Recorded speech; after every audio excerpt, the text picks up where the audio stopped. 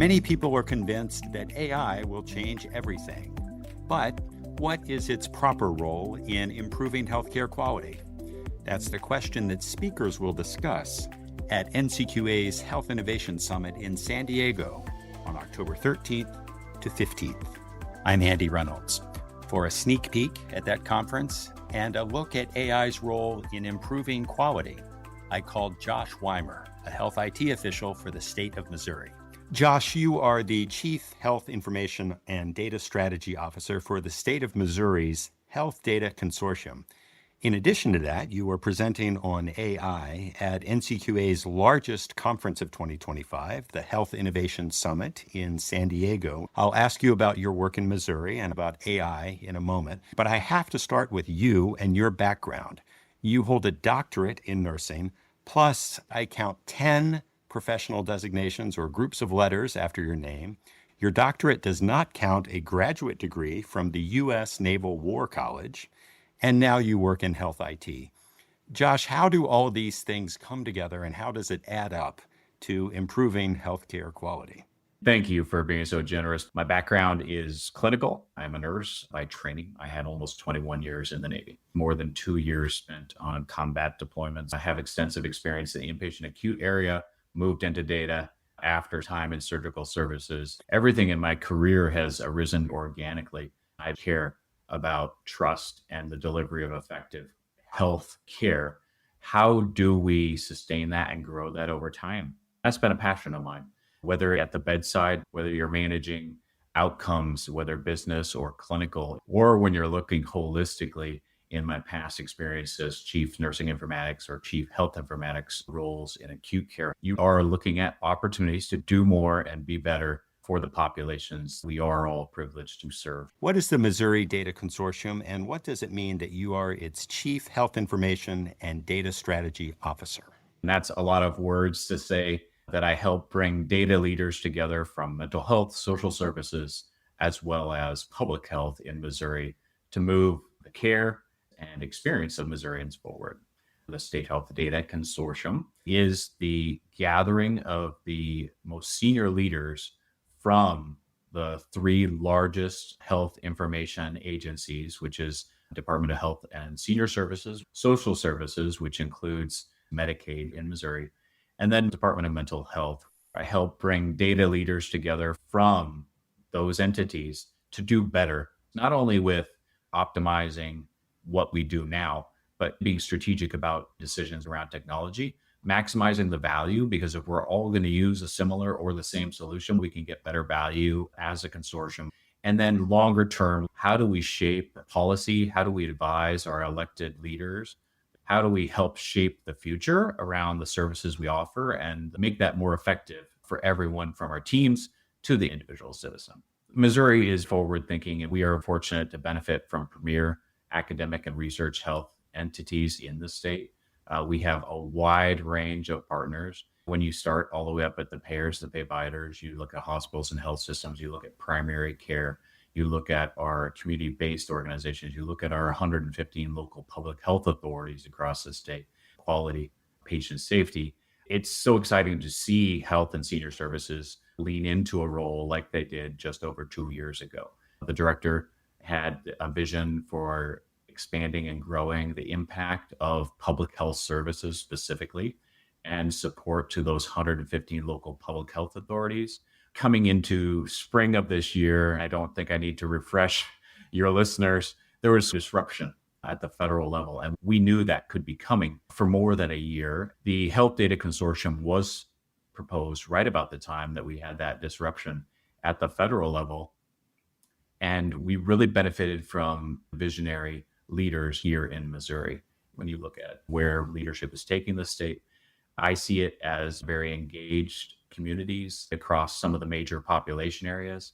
And we're not the show me state for nothing. There are incredible rural areas in the state that are stunningly beautiful, but they end up reflecting that urban-rural divide. Like many other states, Missouri has under-resourced folks in rural and urban settings. So there's a chance to be a part of doing better for under-resourced communities across Missouri. You must be doing something right with regard to health information technology, because Healthcare IT News recently had a headline that we will link to in the show notes. The headline is "The Show Me State Shows How AI Can Succeed." What are you doing with AI, and why are you getting such kudos about what you're doing? Thank you for that shameless plug. Our success has been founded on effective governance.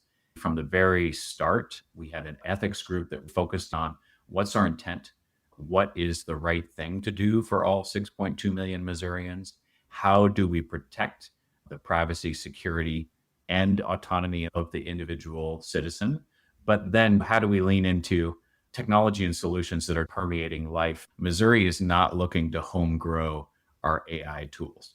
We are looking to work with industry leaders to shape solutions that meet the needs of Missourians when and where they live. We knew from the jump that, security, privacy, that's going to be a number one concern. I give immense kudos to the commissioner and the Office of Administration for their efforts on citizen experience and a citizen portal here in Missouri. We have close to 800 services that are offered across the state. And when we're looking to bring all of those together from all the disparate departments, divisions, bureaus, units, agencies in the state, it's going to be something that is secure, respectful of the individual citizen, but also really potentiates that citizen's lived experience and making sure that contact is valuable and we can put the energy of our team members to face the citizen versus facing the technology and finding out what the citizen wants and needs.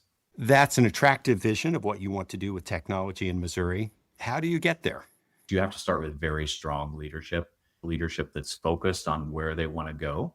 And then we can all come together to go on that journey. We don't all agree where we're going, but we can come to an agreement on what the next step is. And so making sure that safety, that we feel secure in our engagement with these tools and these technologies is going to be foundational. Simple ethics, even leading into governance. We don't need just the lawyers to scrub this. We need to look holistically at what do Missourians want and need, and how can we deliver that for them. If we're going to be successful, we've got to unify around just key pillars: is what and how. The interim is going to be a lot of doing where we get messy in the kitchen. But if we can pick those handful of priorities, we will find success at some level. Let's just take it back to something really basic. If we're going to talk about outcomes, we want to talk about foundational data sets. Everyone knows our data in our organizations is not 100% accurate. Now, did that stop us from taking critical journeys over the last 30 to 40 years around quality? No.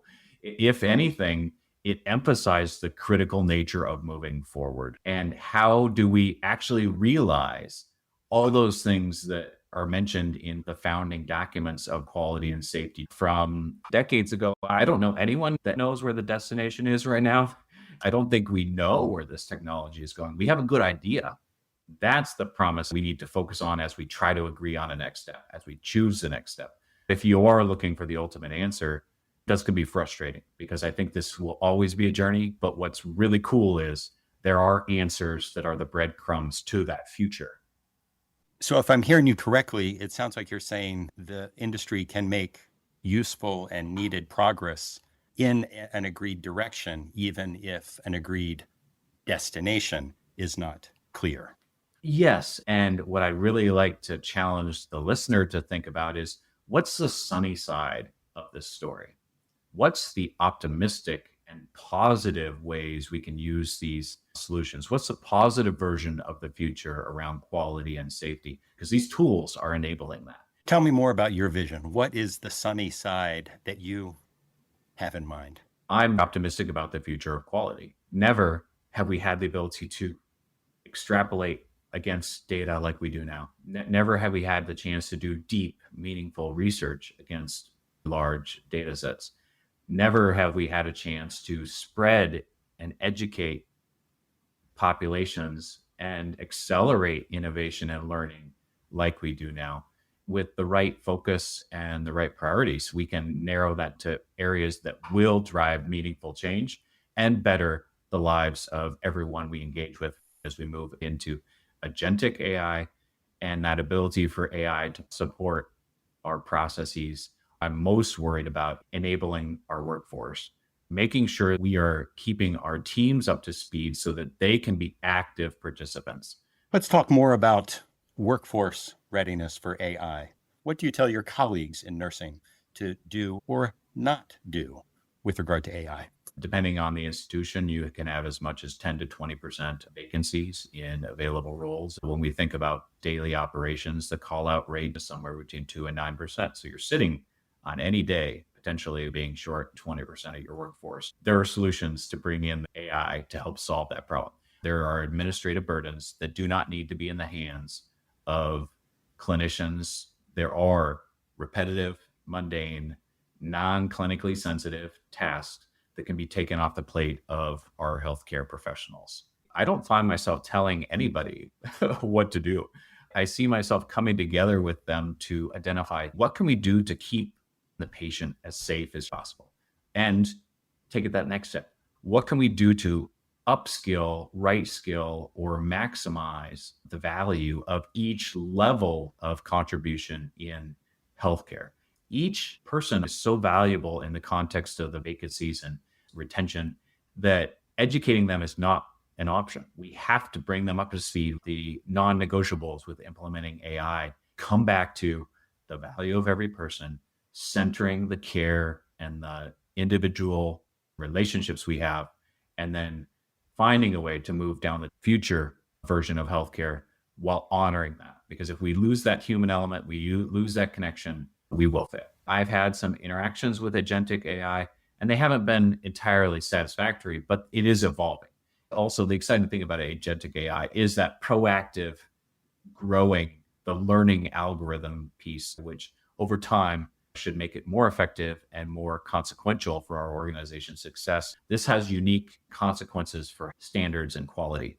I see it being a slower walk in the context of health information and health services, but it's here and it might stay in our business and administrative offices longer versus being immediately injected into our clinical workflows, but it is coming for every aspect of our engagement with each other.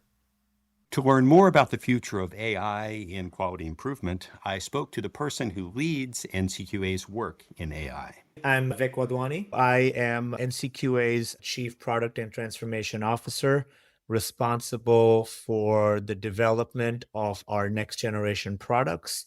Things like using artificial intelligence to do our job better, things NCQA might want to offer around responsible, effective usage of AI to improve healthcare quality, thinking about what can we do to advance the usage of next generation technologies to advance our mission, with artificial intelligence being one of them. But what can we also offer our customers in learning networks, collaboratives, and other opportunities for them to engage with us to advance responsible use of AI? Vic, I understand you're leading an AI work group that has NCQA working with other organizations on how to incorporate AI into quality operations. What can you tell me about that? We convened an external work group in early spring with really a blank slate to help understand challenges and opportunities for our customers around the responsible usage of AI and the evaluation of responsible usage of AI. We have a lot of muscle memory around consensus building and convening. We wanted to use those capabilities to do two things. One is a listen around advancing AI assisted technologies and what's working and what's not working. And then second, brainstorm evidence-driven and consensus-driven approaches to evaluate effective usage of AI. What's the best way to do that? Can we help the industry with a set of checklists, learning collaboratives, tools, resources to help them start their journey, or if they have started, how to advance in a responsible and mature manner? We've had 2 convenings since the launch, and the 3rd convening is planned for the fall. What will the work group's output be? We don't want to be convening for the sake of convening. The output really is to establish evaluation considerations around the effective usage of AI to solve the healthcare challenges. If we were to help democratize the usage of AI to improve quality, to improve patient safety, what controls, evaluation criteria, learning collaboratives can advance the cause. So the outcome is to think about not just the what, which is what are the high risk AI use cases? What does human in the loop look like? But what does the how look like? How should we do this in a way that represents meaningful standards for organizations to rely on to advance their journey? And so by end of the year, we're aiming to put in front of this group NCQA proposed offerings and get their feedback on it. You mentioned democratizing AI. Is that the goal beyond the goal? In other words, is the larger point to bring AI to every quality organization in healthcare?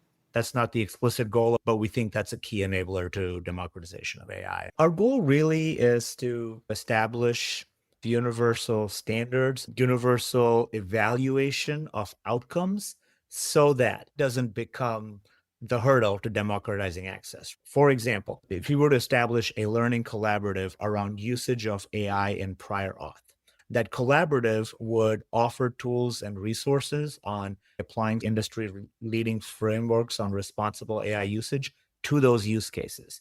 And then how do you monitor what you've done from a risk value and outcome perspective? So you don't have to invent the best way to do it. You already have tools, resources, frameworks, collaboratives in front of you. And that we believe will help democratize it. That sounds like a big job. How do you keep it small enough to make it manageable? We're not trying to put out AI governance playbooks for all AI, for all use cases. We're starting at the areas where we believe AI can play a meaningful role in improving quality. All types of AI are not the same, and all use cases are not the same. There is an intersection of AI methods, prioritized use cases, and systems that embed AI that represent where we'll focus, particularly use cases we know impact quality, such as prior authorization, credentialing, even using data abstraction to report quality outcomes. We have offerings and standards around how to drive improvement in quality. What we're doing is an extension of that. How can AI-assisted technologies, A, support those things, but B, how do you monitor that they are being deployed responsibly and with favorable outcomes? So for the quality community, the important thing to know is that's where we're starting. We're starting at the areas where AI can play a meaningful role in improving quality, and the offerings we hope to come out of this convening will point to specific things organizations can look to use AI responsibly to advance quality. It will continue through our offerings, but it's also going to continue through discussions at events like our Health Innovation Summit in San Diego. We're going to have a panel of leaders that are the forefront of this technology. We'll talk about the lessons learned, but also how we can continue to advance value-driven usage of AI in quality. Thank you, Vic. Josh, you are one of the experts that Vic is talking about, so let's give you the last word. What can people expect to hear from you as you talk about these topics at the Health Innovation Summit, and what do you hope to get out of that conference? In San Diego, I'm going to be focused on enabling and preserving the human element of health. We're going to see in San Diego focus on how do we be more effective in a resource-constrained context, but also how do we do more and be better individually? How do we lift up the team member? How do we optimize their clinical role to the highest level of their license so they can serve our communities? AI is here and is vital for us. There is a chance to find ways that we can use these tools as a support or an enabler. What I'm hoping to come out of that event with is a better vision for tomorrow that includes preserving the human element, but fully pursuing tools that will move us forward. So when I think about NCQA and where we can go from here, I'm excited to have the privilege of taking my experiences, which are similar to the partners that we'll see in San Diego, and bringing that together to move us forward. I think that's a great place to end. Josh Wymer, thank you for joining us on Quality Matters. We look forward to seeing you in San Diego. Thank you. Look forward to see you and the rest of our community there. You can learn about these and other quality topics at NCQA's largest conference of 2025, the Health Innovation Summit, October 13th to 15th in San Diego. Learn more at ncqa.org/events. Thank you for listening to Quality Matters. You can always learn more at ncqa.org, and be sure to subscribe to Quality Matters wherever you get your podcasts.